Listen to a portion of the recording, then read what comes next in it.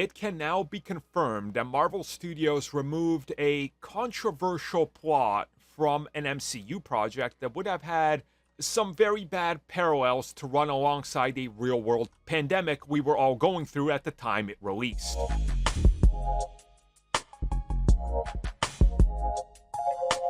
So we recently got the full-on confirmation that during the production of The Falcon and the Winter Soldier,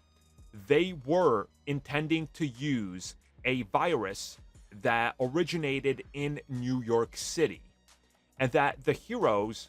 would have been in fact rushing to stop this thing from spreading across the world, and that this was supposed to be connected to other plot lines that were going to be in the MCU, and also tying a lot more into what exactly was going on with the whole one government, the flag smashers, and all that. But this all had to change once the pandemic hit, and once they realized that locations had to be changed, they had to change entire shooting schedules and locations, and everything was pretty much tossed up into the air. So they retained what they could, but many of the elements were reshuffled and moved around because it just didn't work for what they were going for. And the plot would have been, honestly, ill-timed, all things considered. Now, according to the book, MCU The Reign of Marvel Studios,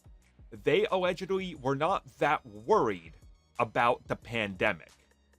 but they just did not want it in there and were looking to do something else.